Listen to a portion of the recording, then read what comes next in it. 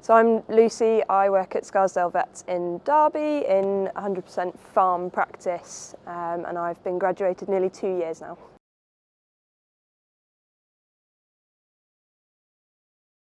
I think I was really lucky to start work at a very supportive practice generally, so I was kind of supported by all of the vets, and yeah, always generally felt that someone had got my back. But I think it was really helpful to have that time with my advisor, and sometimes it felt a bit laborious sitting down going through all the EPAs, and it takes quite a long time, but it was quite useful, particularly on things like surgery, to actually look back over what you've done recently and also what you've done sort of a few months ago, and you do see your progress a lot more.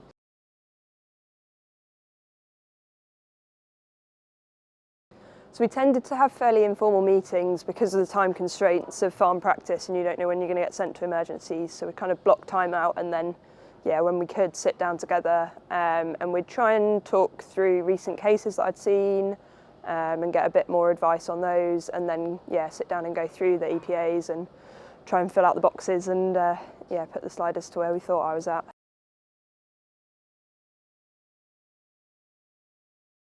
I think it's just having that set time to sit down with your advisor, which is really easy to kind of slip in, particularly in springtime when you're super busy, just making sure that you're going to have that time to catch up about things you might otherwise forget about.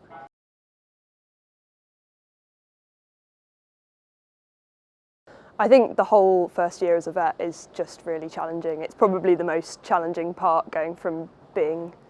all the time supervised and it's never your responsibility to all of a sudden you're out on your own.